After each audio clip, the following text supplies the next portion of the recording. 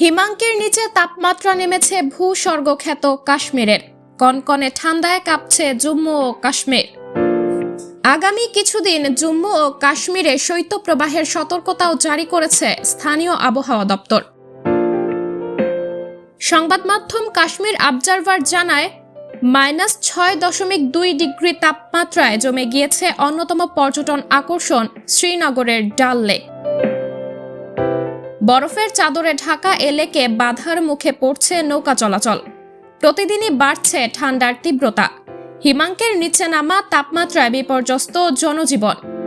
শ্রীনগরে চলমান শৈত্যপ্রবাহে বিভিন্ন জায়গায় ক্ষতিগ্রস্ত হয়েছে পানি সরবরাহ। তাপমাত্রা হিমাঙ্কের নিচে থাকায় জমে গেছে পানির পাইপ ও কল।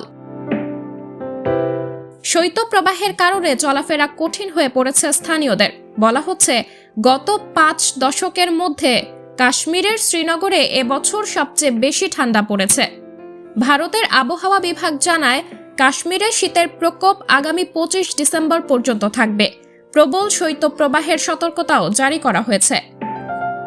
সাবরিনা জলিল, সবার কথা।